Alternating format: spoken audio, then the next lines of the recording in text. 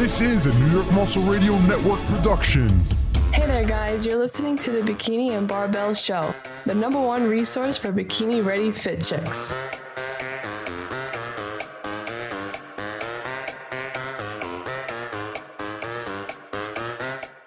What's up, ladies? Welcome to the Bikini and Barbell Show, the #1 fitness podcast for women. On this episode, we're going to discuss why it's important for a woman who is looking to tone up to lift like a guy. I promise listening to this episode will not make you bulky. Ladies, welcome. If you just stumbled upon this podcast, this is the best female podcast ever. It's your host, Anthony Bevilacqua, alongside my co-host, Pete Kacharian, and our other co-host, Laura Bevilacqua. Laura, what's going on? I'll give you the intro first. Ladies first. Hey, guys. What's up? Pete, you there? I'm here, man, and I'm sipping on some decaf coffee because I need that little stimulation before this podcast. It's been a long day. I've been waiting for this one to come because it's about 10 o'clock. We were supposed to do this a little earlier. I don't know what happened, but yeah, today. So usually Big Pete's the one who's always 5 minutes late, 10 minutes late, whatever. Today it happened to be our third co-host. So wow, strike guys. one. Way to throw me in there. Thanks. Strike one. that's how we do it here. It's the rite of passage, I guess you could say. Yeah, all my co-hosts are never on time. Why? Well, we were supposed to record Wednesday, so Yeah, but it got changed. And you agreed to the time, and you were still late. I did. I know, I'm sorry. And you were still late. What were you doing? I was at the gym after a long day at work. All right, well, at All least right. at least she was Yeah, no excuses, right? I'm here. At least, I'm here now. she's setting a good example for the listeners. So if you guys got to miss something Exactly. for whatever it is that you're doing, it may as well be the gym. So, Laura, how did you feel to re-listen to yourself on the first episode? Weird. Really weird. Yeah, it kind of takes some time getting used to hearing your own voice, but you start to develop. You know, every time I still hear Big Pete's voice, I end up laughing, even if I'm listening to it as a listener, as a bystander, you know? We always have something going on, man. I mean, we never know what we say half the time. We speak, and then next time we listen to it, we have no idea what we said. I know, it's so funny. Laura, did you get any, because I shouted you out on Instagram. I shouted your Instagram handle out on the show. Oh, yeah, I meant to tell you. A lot of friend requests. Uh-huh.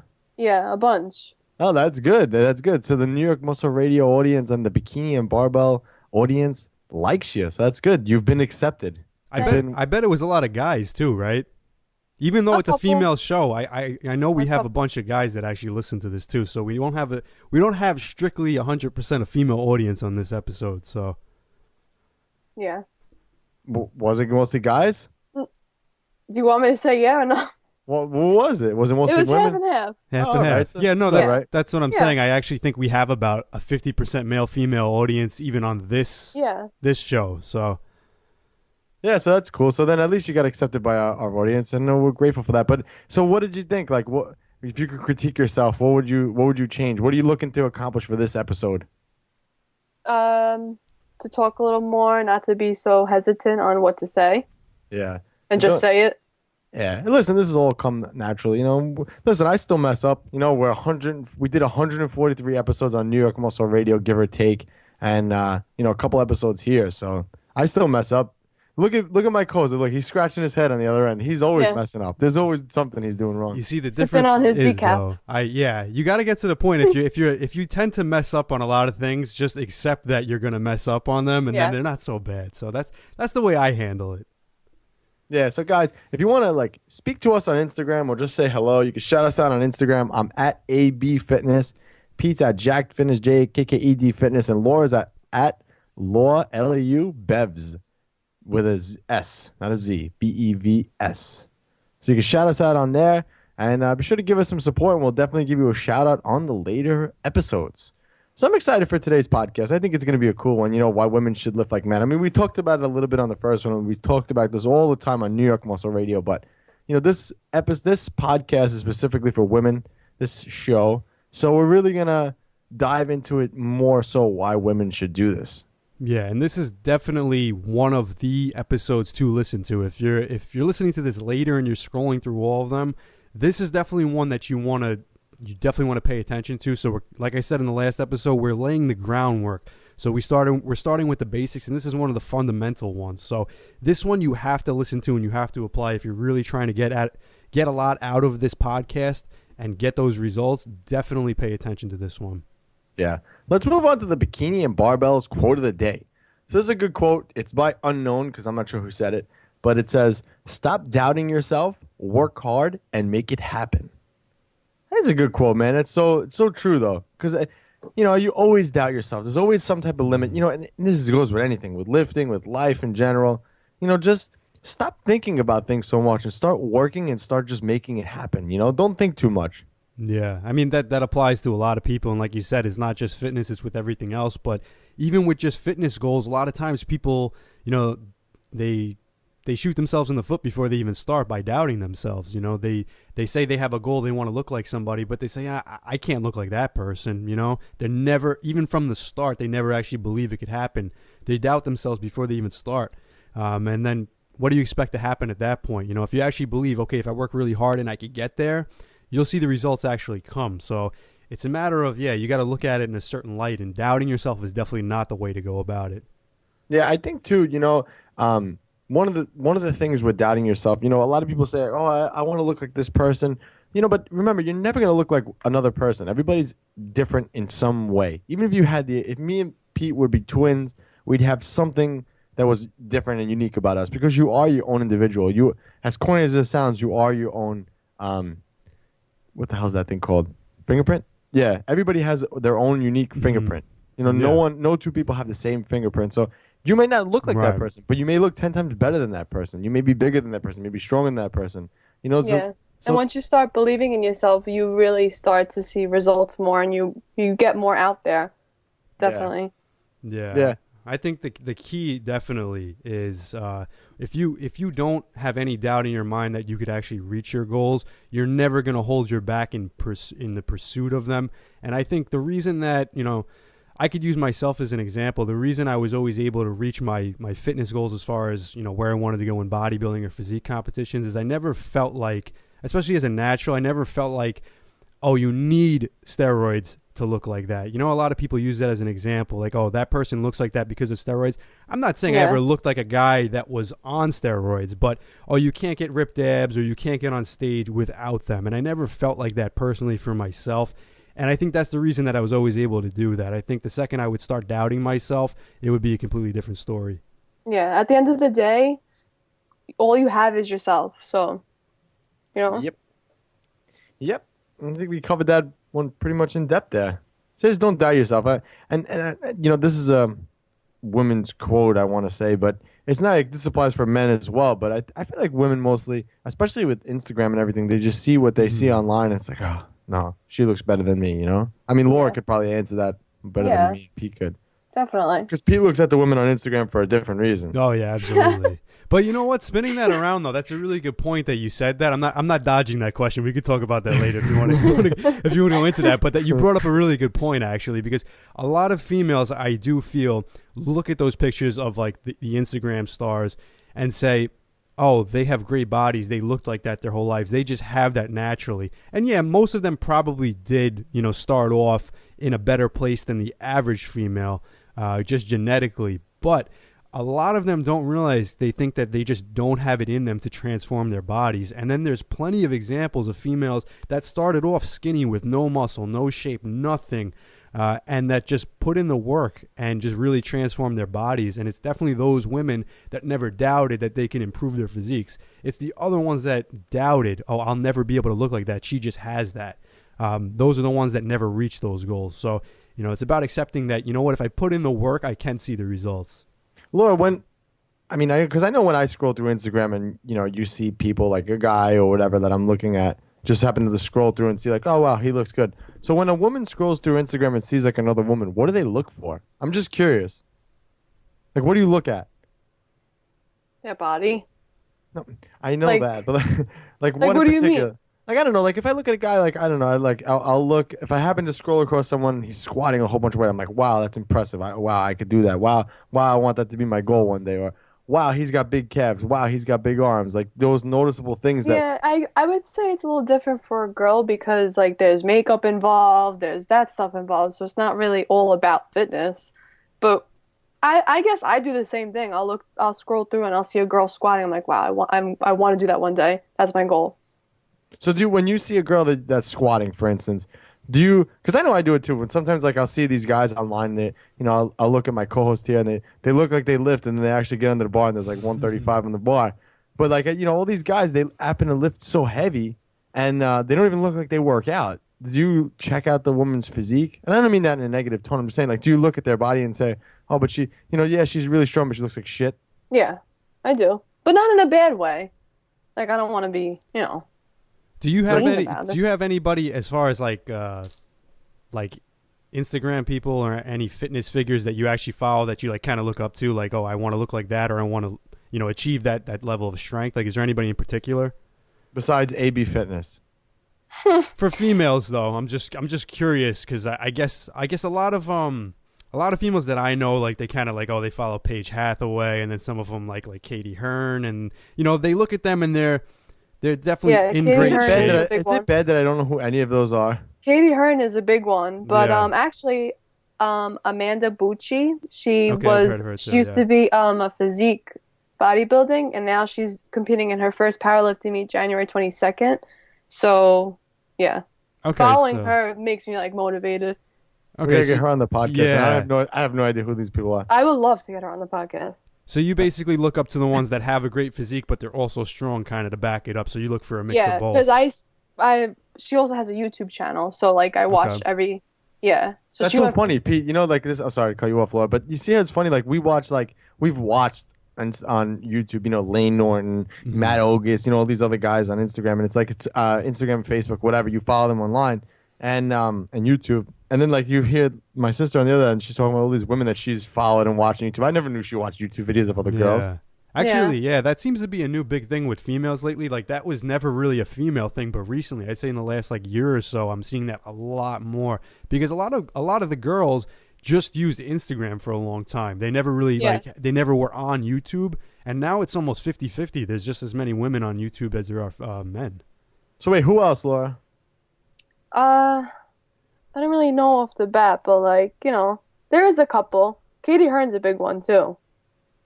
But I approve of the Katie Hearn because she's also fairly strong too. No, I mean he's laughing. Yeah, over there. I didn't mean it Here like it comes, that. here it I'm comes. saying no, Wait, because wait, there's Wait, always going. women like I'm saying there's like Jen Selter and like everyone just follows her going. just because she's small with a big butt.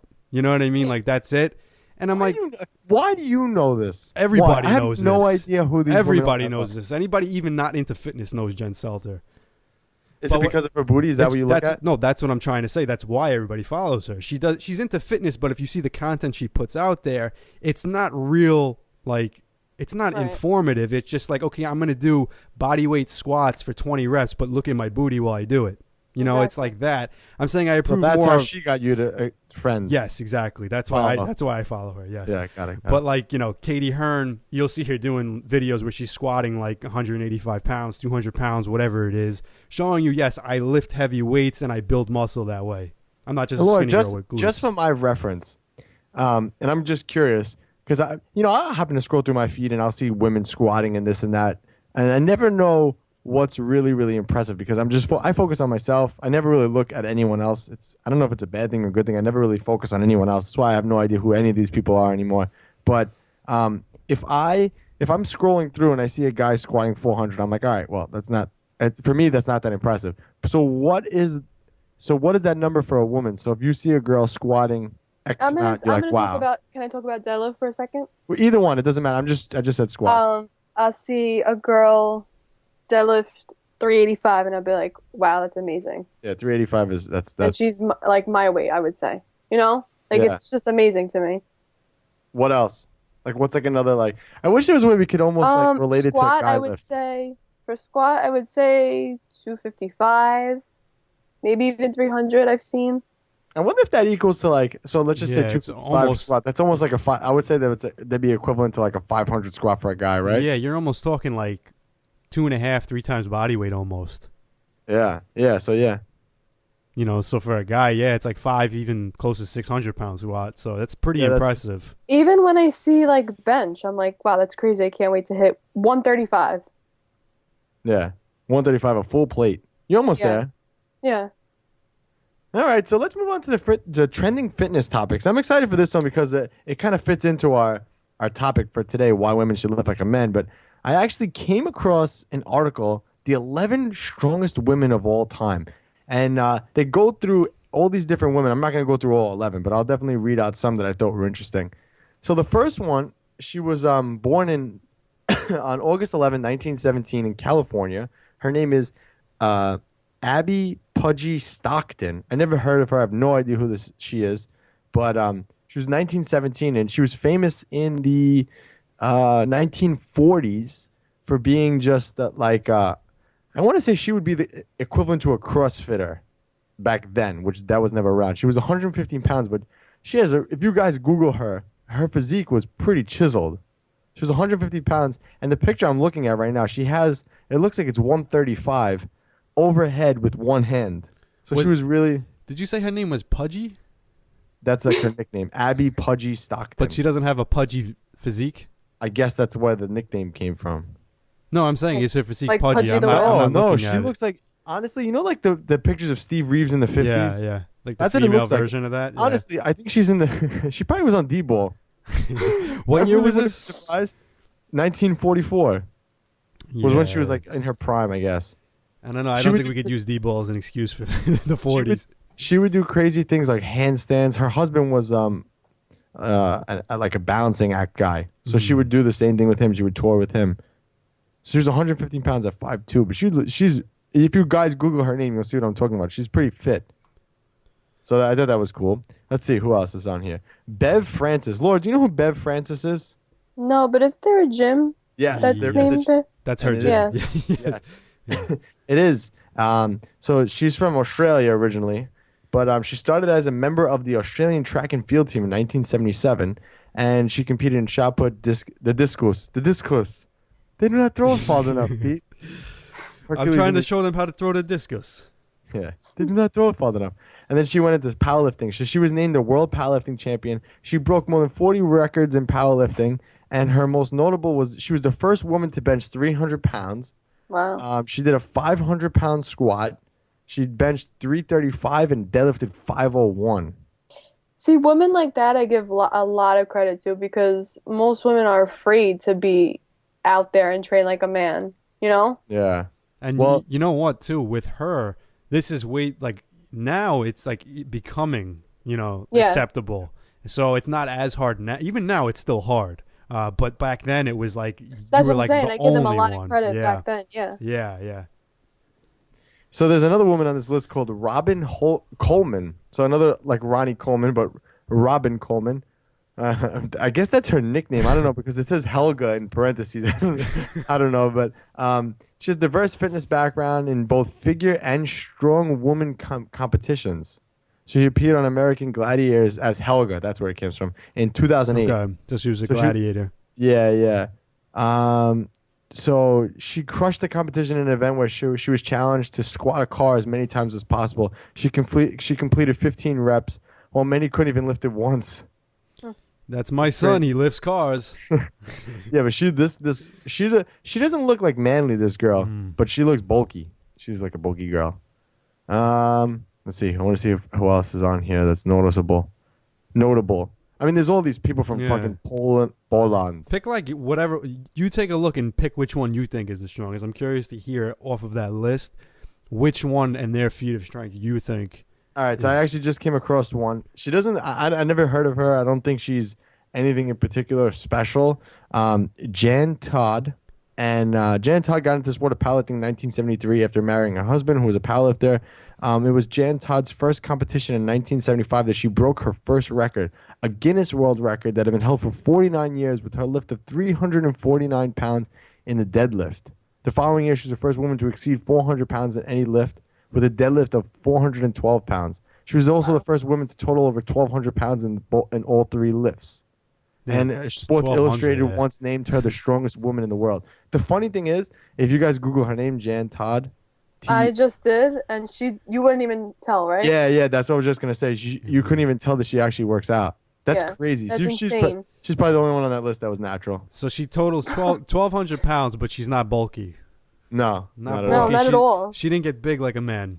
No, she doesn't. She has no. It doesn't even look like she lifts, to be All right. honest. Ladies got to take notes. Yeah, when you're natural, that's what happens. Yeah. But yeah, I thought that was a cool list because it's something different. You know, like you hear strong and women, then usually don't go together. Right. Yeah, So isn't that sad? Yep. All right, I have another fitness topic. Actually, this one's going to be a cool one too. My co-host found this one, but I thought it was funny, so we'll talk about it anyway. But it's basically a fitness guru who fat shamed moms admits to weight gain. So basically, a famous fitness blogger, Maria Kang, famously posted photos of herself ripped with her 3 sons, ages 3, 2, and 8, and 2003, with a comment that said, "What's your excuse?" But now the fat lady is singing a new tune. Now that she gained 10 pounds after a tough year, and she suffered from depression and whatever. And basically, they're calling this lady out for calling everyone else out because she did gain weight noticeably. If you look at her pictures, she noticeably gained a lot of weight. So I just thought it was funny because this lady was fat shamed, and now she's getting shamed. You know what though? Now that you read the article, because I didn't read it when I saw it, she basically it's not like she called one specific person out and said like, Yeah, you're fat. Yeah, so Yeah. she's just I don't really think that would be a negative by her, posting pictures of herself looking in great shape with her kids by saying, hey guys, what's your excuse? Because everybody has an excuse, and it's just showing, look, I don't have any excuses, and this is what I look like. So use it as motivation. That's the way I would take it. You know what it is? Just people look to tear down other people. Yeah. It doesn't even matter what it Always. is, Always. Yeah, I So thought it doesn't matter what it is. I thought Especially women too. Yeah, women are catty. I was waiting for that article to actually say that she like really called somebody out specifically, and No, now no, it's just a general thing that now she's she calling deserved moms to out. get called out that she's the fat one now, but that's not the case. I honestly think that her posting that was purely for motivation. And let's face it, too, nowadays, especially with Instagram and everything, everybody just looks for that one person to attack. As soon as they see something, they're like, oh, man. Like, Pete's arm's been looking smaller, and people have been calling him out on it all the time. So Yeah, just you. Everyone else has been telling me it looks big. Oh, God. All right, let's move on to the listener question of the day. Guys, if you have a question you'd like us to answer, you could submit it on our website, newyorkmuscleradio.com, so it's listener question, or you can call your question in, or call Big Pete late at night, 508-687-2534. Again, that number is 508-687-2534. Do not be shy, guys, and we'll play your voice live on the podcast. So the question is, this is from Rebecca Stapleton. Her husband's actually purchased the ARM program, so he's making all kinds of ARM games. She actually asked if we have ever tried a squat sponge pad. Yeah, and that's one of those things. Actually, I think this applies more to women. I don't really know too many guys, although I've seen guys using the squat pad on the bar. The Know pussy what pad? that is? Yeah, I that's know what we that call is. it. Yeah, the pussy pad for layman's terms. But yeah, I actually have probably used those once in my lifetime, and I hate it. I think it makes the movement extremely awkward. And to tell you the truth, it changes the mechanics of the squat lift because when that pad's on your back, that bar is higher. So it almost switches it if you're doing a low bar into a high bar squat. And it's also not that good, Let's face it, if someone's using a squat pad, they're not using a low bar squat.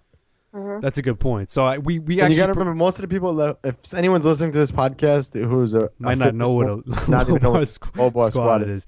But yeah, so it's going to change the mechanics of the lift a little bit, but also if you don't place it correctly, and most people don't, it's going to push on your neck a little bit too, and that's not a good thing either. But I say get used to not using it. I only use it for hip thrust, if that makes sense. Yeah. Yeah, actually, I bought the squat sponge because some of my clients like it. Some females. I have some older women who like it. Whatever, neither here nor there. I don't recommend it. I don't think it's good. Like my co-host said, it definitely changes the bar. One of the things that happens with the pad, any pad on the squat bar, is the bar actually rolls. So no matter where you have the bar, it'll actually roll. It doesn't sit tightly on your back with that, so it'll move. And that's just because it's in the pad. But yeah, I bought the squat sponge pad for hip thrust specifically. Yeah. Because it's nice and thick, and it definitely helps with hip thrust for sure. But as far as squats go, I know a lot of ladies hate having the bar on their neck, and it hurts their neck more than anything else. But you just got to get used to it. Once you get used to it, that feeling kind of goes away. Get used to having the weight on your back.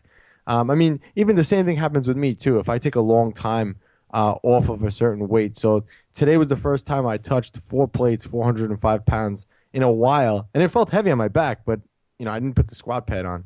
Yeah, and one of the big things too, a lot of times, and I've had this with a ton of clients, that like if you first show them a squat and they haven't really touched weights, they're skinny, they might not have a lot of muscle back there.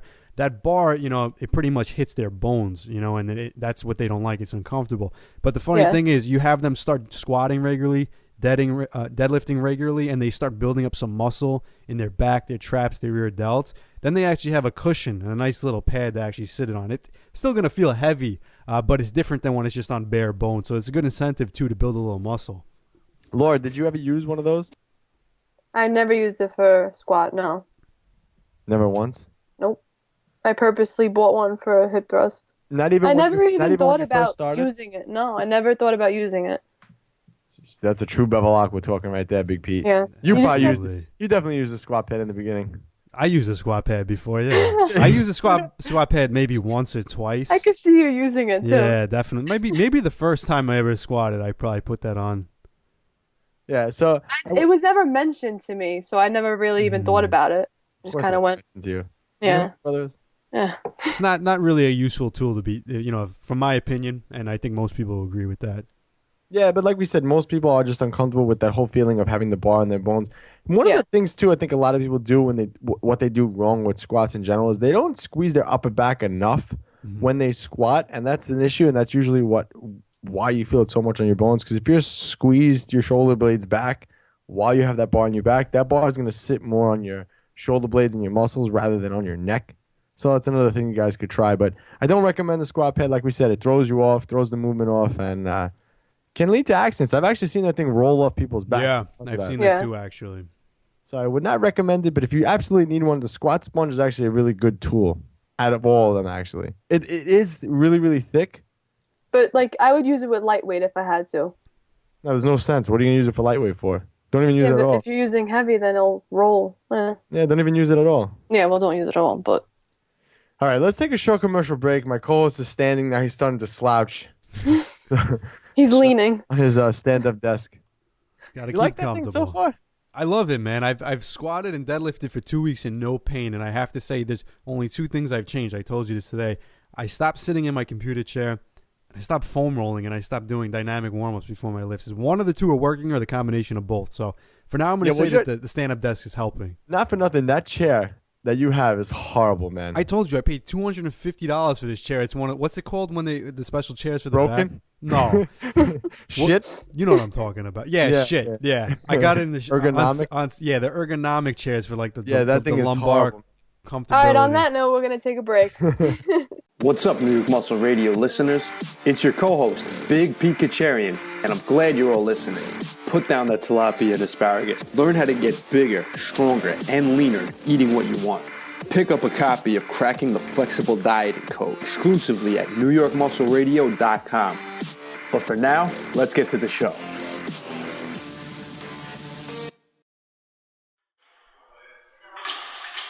Damn. Nice, Pete. What? I saw you checking out that girl's butt. What? I was just checking out her yoga pants. Pete.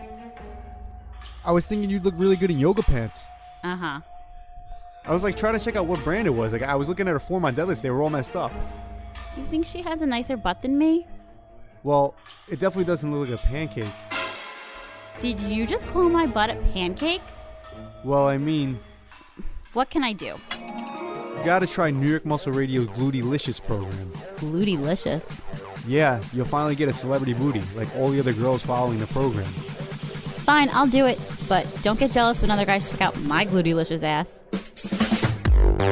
Glutylicious, your guide to getting a celebrity booty in 12 weeks. Now available exclusively at NewYorkMuscleRadio.com.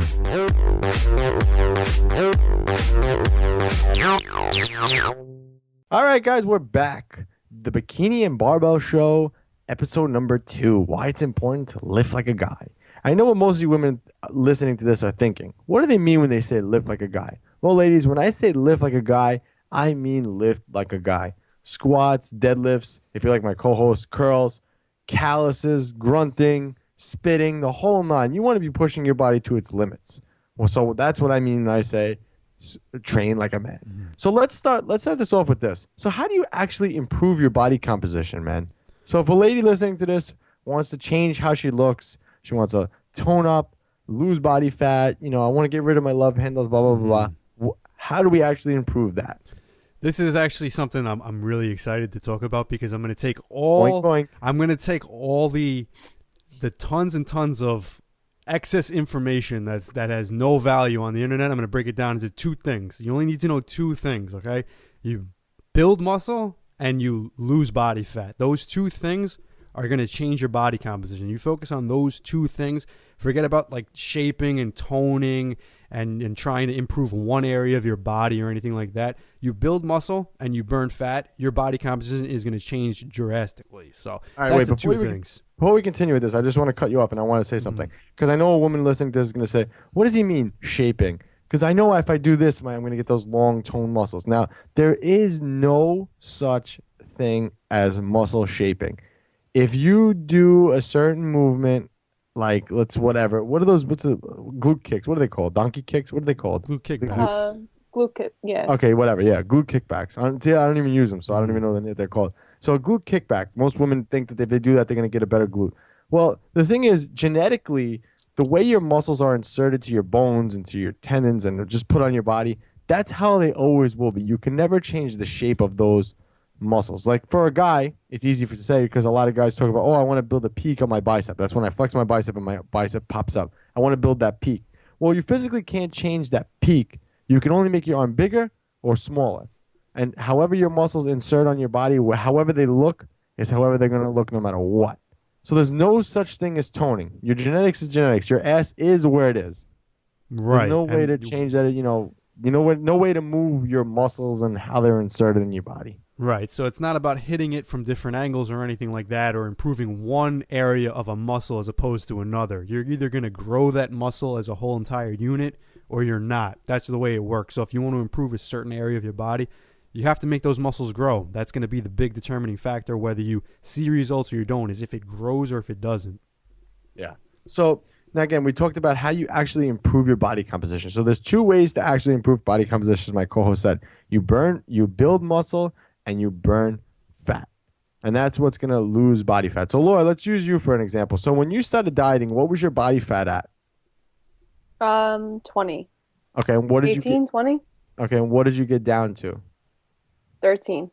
Okay, so you significantly lost a whole bunch of body fat by dieting down, and you actually built some muscle in the process. So by doing that, talk about your experience with this, because I think this is perfect for you. Well, like what happened to your physique as you started training heavy? Like what was the first thing you noticed? I noticed my upper body more. Like now I could see the tone in my arms and I never saw that before. Okay, and so then I'm going to cut you off a little bit here. So she's seeing tone now. So majority of the time when you first start losing body fat, you start losing it around the heart. Just genetically where your body loses fat first, around the heart. And it actually makes a lot of sense if you think about it. So she's actually starting to see, since she went from 20 to 13, she actually started to see more changes in her body and getting actually more quote-unquote tone. And that's because she lost body fat. So the way to look at body fat is, so in between the muscle and your skin is a layer. And in that layer is fat. So if your body fat's high or higher or whatever, so Laura's body fat was 20. So 20% of her body was fat. So she had a layer between her muscles and her skin that was just fat. So as she dieted and was in a caloric deficit, which we spoke about in the last podcast, she was actually able to burn away some of that fat between the muscle and the skin. And by doing that, she was actually, all that was left was the muscle and the skin, and she was actually to see and be more toned. Now, genetically, I think most women just in general hold more weight in their lower half. So now that you're 13% body fat, what are you seeing as far as the lower half goes? I was talking to Big Pete. I am probably sitting around 13% body fat right now. No, I think it's a little bit lower than that, but go ahead, Laura. Go ahead. I wasn't asking you that question. I know. I was playing along. Yeah. Go ahead. The lower part, I see more toneness and tightness as well. So you're definitely seeing that now in the lower half, but the lower half definitely took a lot more time, right? Yeah, definitely. Yeah. So as you can see, okay, now going back to my previous point. Did your muscles or did your body change shape? Yes. No. Yeah. That you look Like, different, but you yeah. didn't change like shape. Am I wording that no. right, Pete? No. No, I understand what you're saying. So your shape, as your physique in general, the shape of it definitely changed because yes, you grew a little muscle. Your body fat got lower, so you're seeing the shape You of your. look different. Yes, your body shape is different, but as far as your muscles, like your quadriceps or your biceps or anything like that, the shape of those muscles didn't necessarily change as you. No.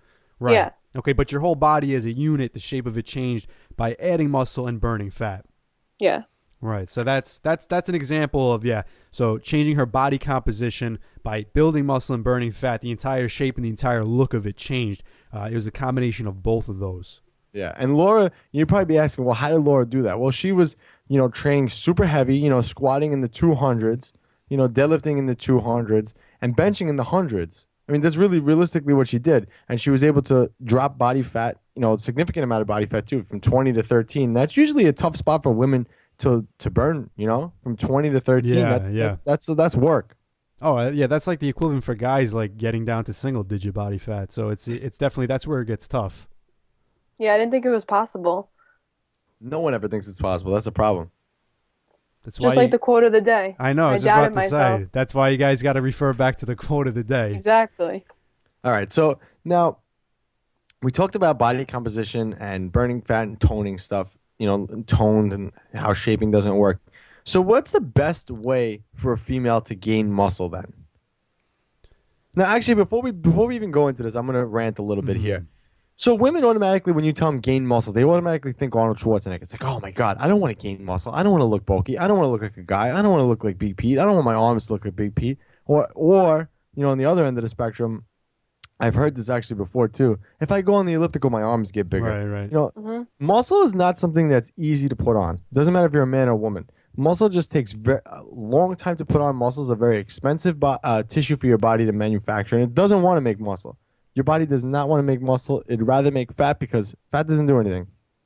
Fat insulates your body, and I think that's it. It doesn't really do much anything else. Muscle, on the other hand, helps keep you move. It helps raise your metabolic rate. So muscle's an active tissue for your body to make. So now, a woman will never get bulky. They'll never look like a guy. The only way a woman looks like a guy is if they take exogenous hormones like testosterone, because testosterone is key in building muscle.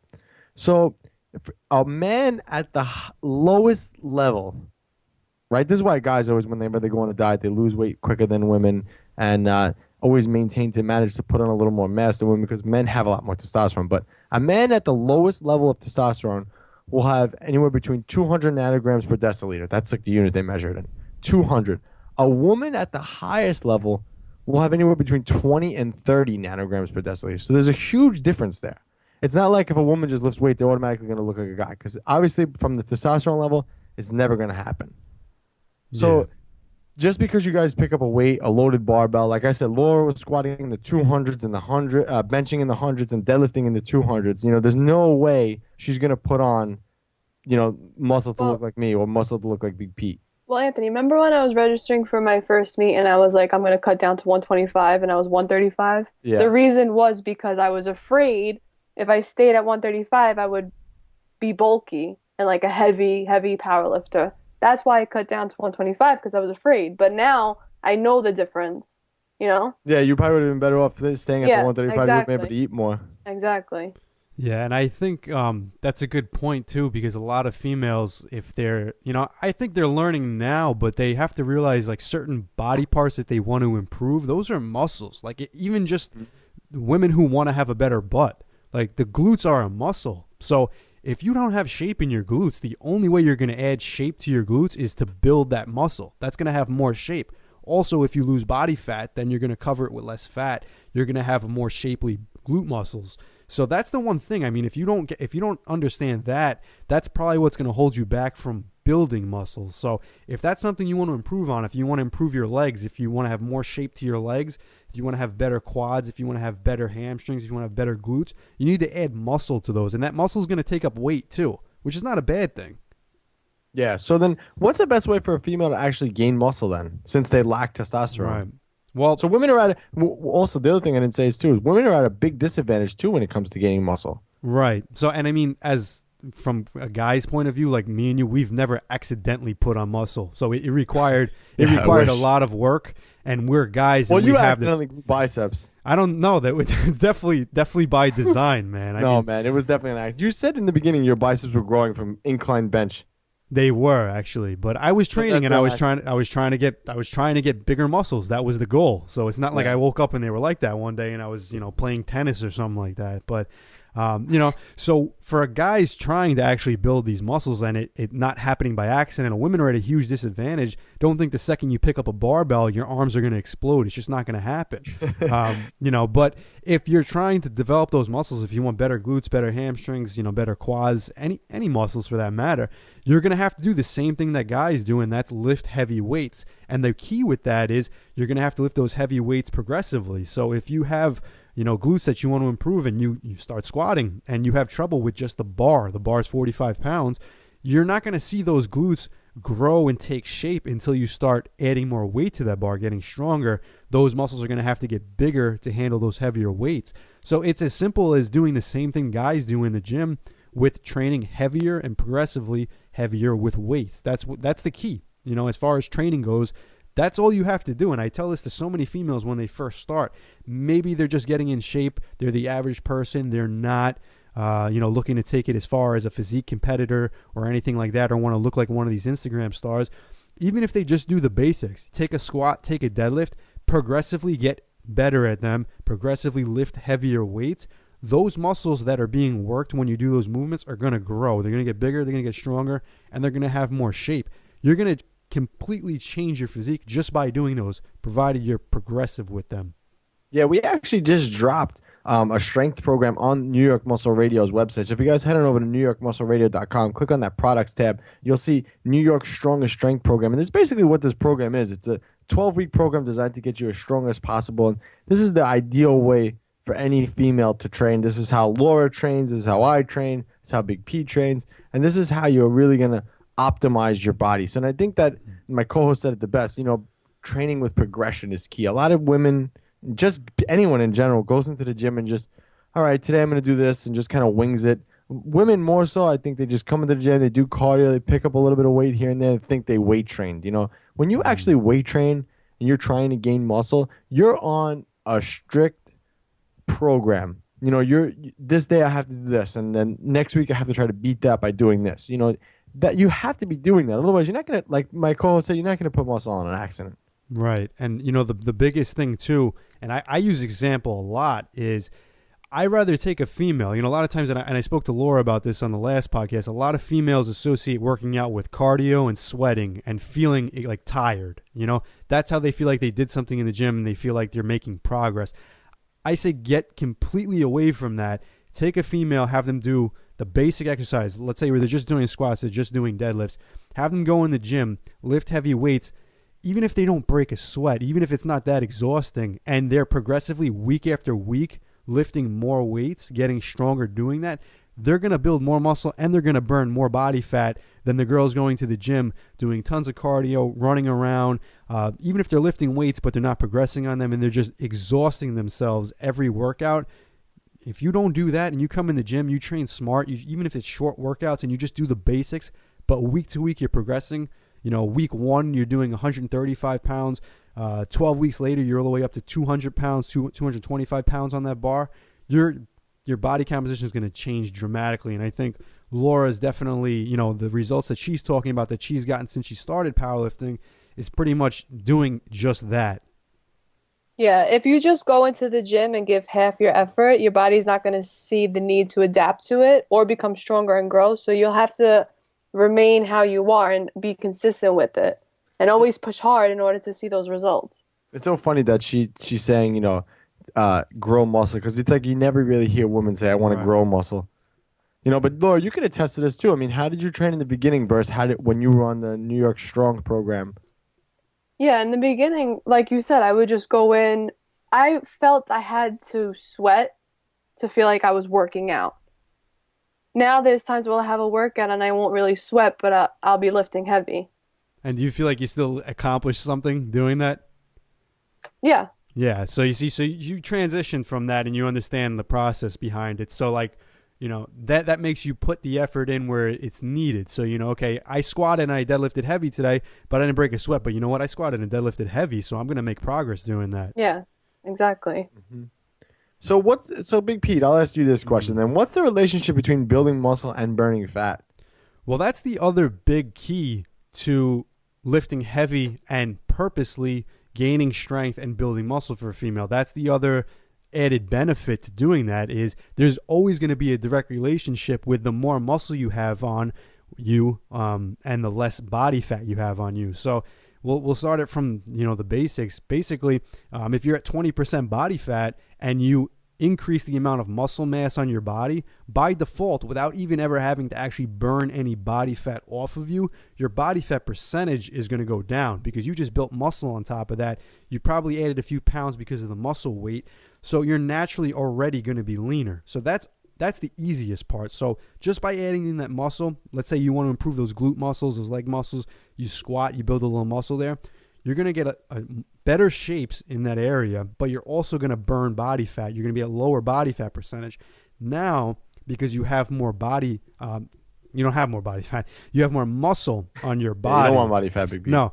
Now that you have more muscle on your body and your body fat percentage is down, with that added muscle, even while resting, is going to take up more calories a day. So you're going to be burning more calories sitting around doing nothing. So even if you skip the gym, but you have more muscle on your frame now, you burn more calories than you would have if you didn't have that muscle. So now your body's going to turn into a fat burning machine because you have more muscle on you. So just like guys compared to women, they could eat a lot more food and not gain body fat because, there's many factors, but one of them is they have a lot more muscle on their frame. So every time we add more muscle to our frame, we make it harder for our body to store fat, and we turn it into more of a fat burning machine. So even if you don't touch your diet, which you definitely should be working on your diet too, just adding more muscle to your frame is going to directly help you lose more body fat. Laura, you have anything you want to add to that? No, he said it all. That's what he does on this podcast and all the other ones he's on. But I think Laura too, she can jump in and say too that, and I'm not sure exactly even what she's doing with her diet, but I'm gonna guess because I know you're handling that part. Now I don't know what your calories and your macros were before you started transitioning into the strength training phase, but probably now, I know you're still trying to maintain weight, but you're probably able to eat a lot more food now than you were and still keep that body fat off, right? Yeah. I'd assume so. I don't know what the macros were, so. Yeah, my body fat stays the same now. And you're eating more, probably. And I'm eating more. Yeah. So, and I've seen that with a lot of women too. Sometimes they might be, we'll just throw a number out there. They might be consuming like 1,800 calories before they kind of start weight training, and they might be, let's say, 125 pounds. They start weight training, they might get their body fat percentage down, but their weight might stay about the same. You could bring those calories up to like 2,000, 2,100 even, and they don't put body fat back on because now they have more muscle on their frame. Yeah. Yeah, I mean, I think that's something that all women should really strive for, because I think a lot of women spend a lot of time, we talked about this in the last episode, but a lot of time dieting. And you want to spend more time in the building phase of muscle because that's what's ultimately going to really change your physique. So let's change gears here. So what exercises shouldn't our female audience be doing? Well, you definitely shouldn't be doing any exercises that are going to waste time and take away from doing the ones that you do need to do. So, there's a million of them out there, so there's more of them that I could say than not say. But you definitely shouldn't be doing anything where you're not going to be able to perform the big, heavy movements. So don't waste your time. Number one is definitely don't waste your time doing excessive cardio. Number two is if you're going to train with weights, don't do anything where you're limiting yourself to really small isolation movements. A lot of women, okay, if I'm going to lift weights, then I'm going to, they'll take classes where they, we do 100 reps per body part to EDM music or whatever these classes are that they do. I know there's a class like that. I heard about it. There is. Yeah. What is there a name for that? Do you know what that's called? Isn't it Zumba? Yeah, I mean, Zumba does that. Well, Zumba might do that. I don't do them, so I have no idea. I heard of a class. It's like 100 reps per body part to EDM music. I don't know. That's what I heard.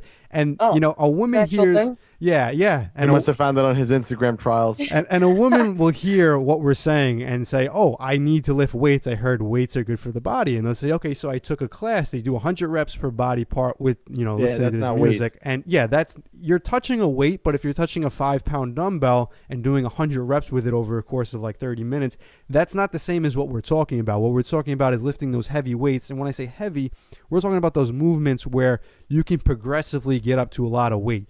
Like if we're doing like a dumbbell shoulder press, the most a woman is probably going to go up to, like the average woman in the gym who might work out regularly, she might work up to like 30-pound dumbbell presses, something like that on average. I mean, there's some strong girls out there, so I shouldn't limit it to that. But, you can do, like Laura was saying, girls in the gym deadlifting 365, 85 pounds, whatever it was.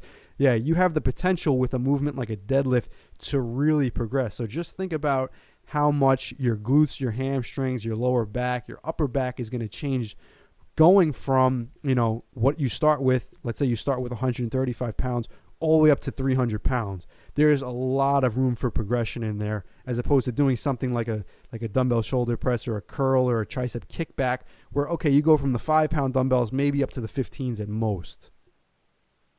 Yeah, I agree with that 100%. I mean, like he said, I think that, and especially as I've gone on in lifting, I've been doing this a long time, since I'm 14 years old. I'm going to be 30 this year. Jesus Christ, help me. But, I think a lot of exercises that you shouldn't be doing are the ones you get nothing out of. I've definitely in the beginning, I did so many more exercises, and it's funny because it wasn't until I actually cut down the amount of exercises I was doing and focused on the big compound movements, squats, deadlift, bench press, shoulder press, rows, pull-ups. So it wasn't until I started focusing on doing those that I actually started seeing the biggest change in my body. So I think that for women, it's the same thing. Don't get mesmerized by the glitter that you see online. Focus on the main movements that you should be doing, and you're going to see, tremendous results. Laura, what about you? What do you think some exercises you should be doing? It's funny because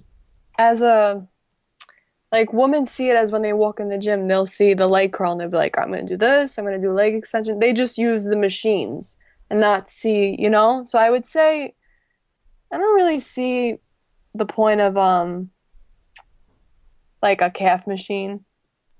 Yeah, that makes sense. That's definitely going to be, because a lot of it's a genetic He's thing. going to agree with that. Even It's a a leg genetic thing. extension. Right. Yeah, because I feel like you can get injury from leg extension. I don't know. Yeah, well, the primary idea, that for using a leg extension is to develop your quadricep muscles. And then, that's an example where how far are you really going to progress with a leg extension machine as opposed to a squat, which is also going to involve the quadriceps.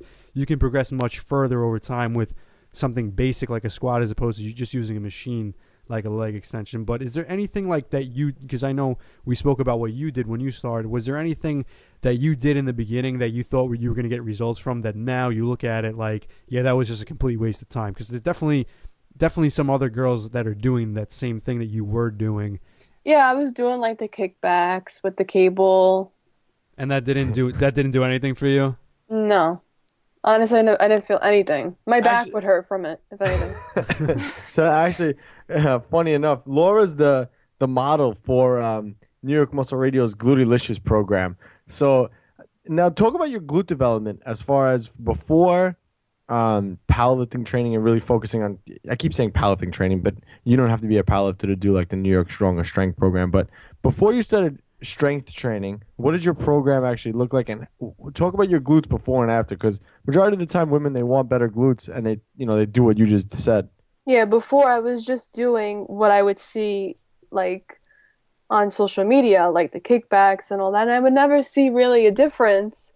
I would put the bands like between my knees and like start doing like that stuff. And then after doing like squat and all that, now I see more of a difference. Yeah, and I would assume so, because now you've been squatting heavier than you've ever did before. What were you squatting before you started strength training? So let's talk about like back then when you just used to go to the gym randomly. Nothing. I would just use a kettlebell and do those. Which actually, to be honest, I actually like the kettlebell movement for women. But the thing is, you have to eventually go heavy, and most women who do progressively strength train, they outgrow the kettlebells in the gym. That was like when I was a trainer one-on-one in the gym, I used to have women do kettlebell squats, especially if their mobility wasn't that good for a barbell squat. But most of them actually outgrew the kettlebells, and I started having them grab heavy dumbbells. So it could be a good exercise, but I'm assuming when you were doing it. That's if someone has a mobility issue. We're talking about in general. If you're just going in the gym and you want better legs, and you're going in there and you know how to squat, but you're just choosing a kettlebell squat over a regular squat. Yeah, that's dumb. Yeah, if you can squat, then you're definitely limiting yourself by sticking with a kettlebell squat. I agree with that. What else? What was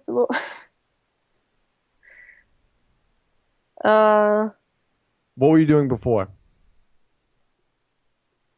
leg press? Okay. I still do that, but I do it differently now. I feel like the single leg press is better.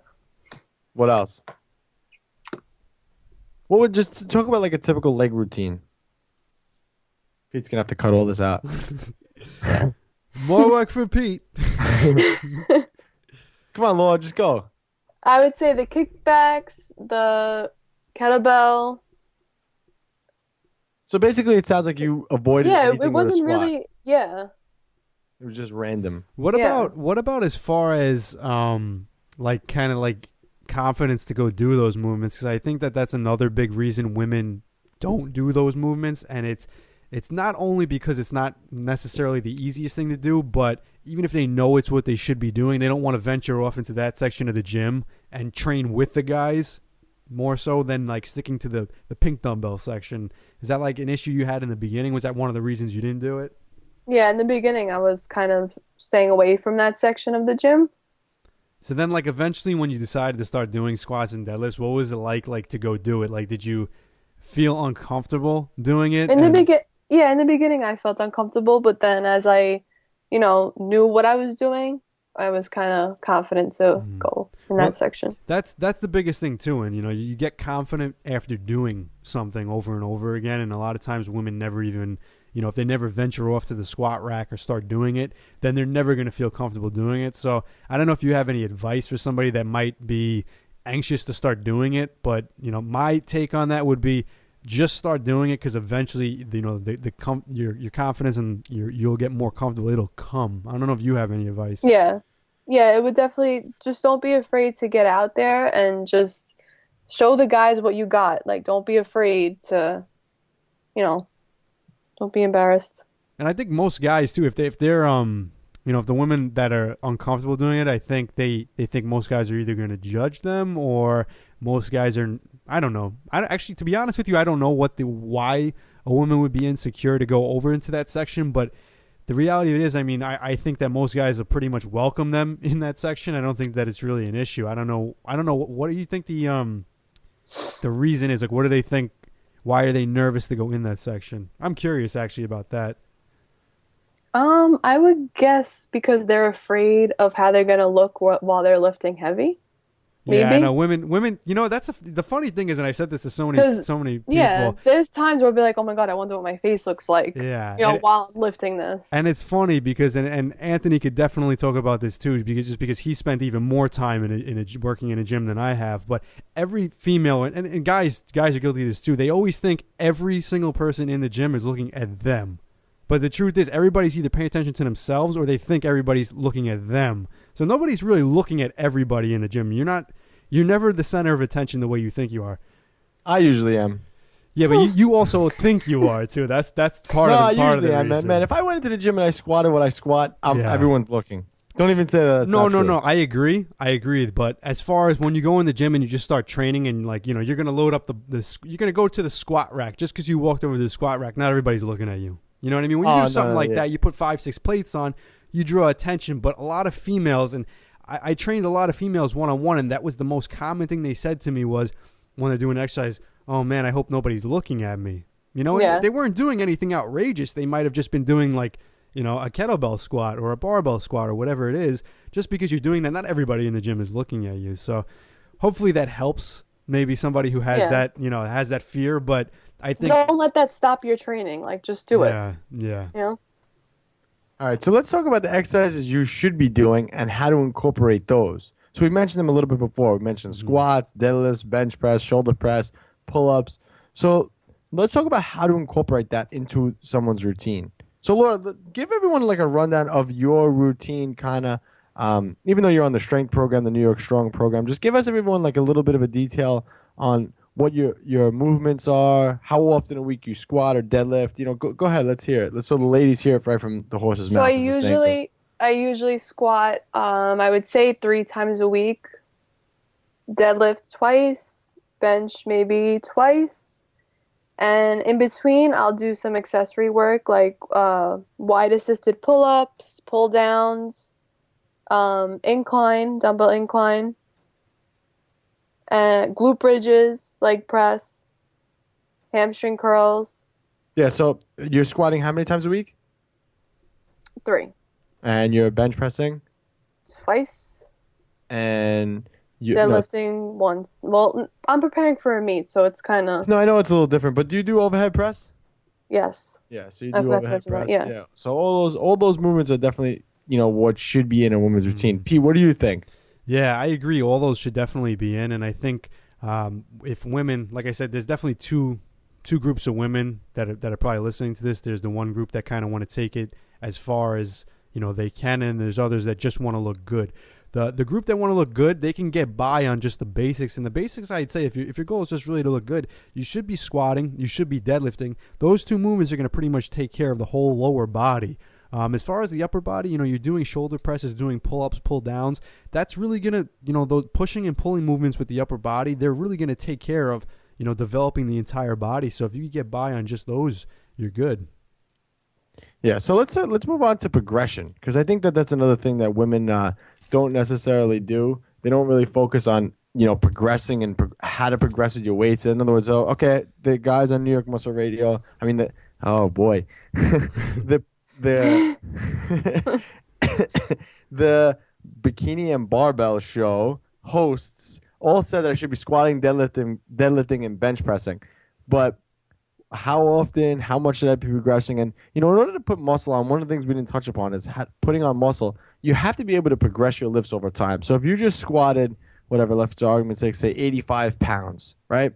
You're squatting 85 pounds. You do that week after week after week. There's no stimulus there for your body to actually add muscle. So you have to have what we call progressive overload. So that means you have to either add more weight, so squatting 85 pounds, 90 pounds, or doing more reps. So in other words, if you did that for 8 reps, do it for 9 reps and 10 reps, or adding another set, or just perfecting your form with that weight.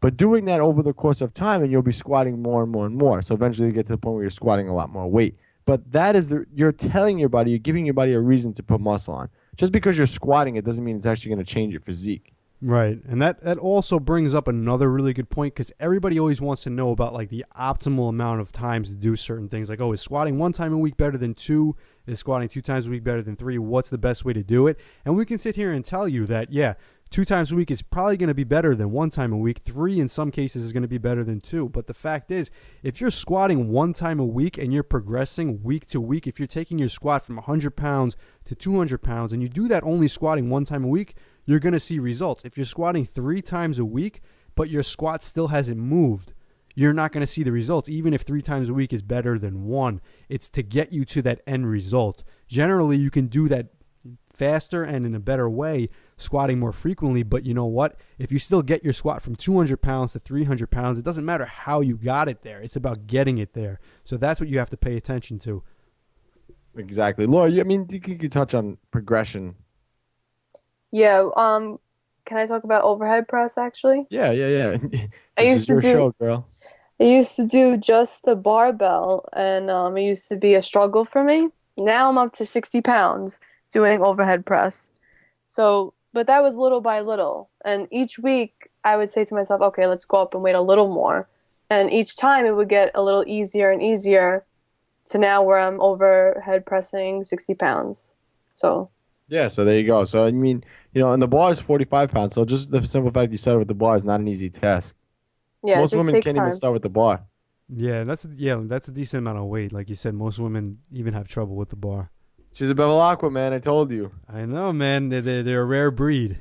That's for sure. They come out of the womb benching 275 apparently. Yeah, I heard that story. I Have a heard that picture to prove story. it. All right, guys. Well, ladies, that was today's episode. Why women should lift like men. So we hope that we've debunked all your myths on why you should be training like a man and why you should be avoiding all that stuff that's in, Muscle and Fitness, Hers magazine, and, whatever fitness magazine you may be reading or article you see online or Instagram person you see doing some crazy movement. You got to be training like a man if you want to look like a sexy woman. All right, Laura, it's your turn. All right, ladies, this is Laura, Pete, and Anthony with the Bikini and Barbell Show. And always remember, strength and beauty can exist in the same body with training like a man. Enjoyed this episode of New York Muscle Radio? Make sure to hit that subscribe button, leave us a 5-star review, and be sure to follow us on Facebook, New York Muscle Radio.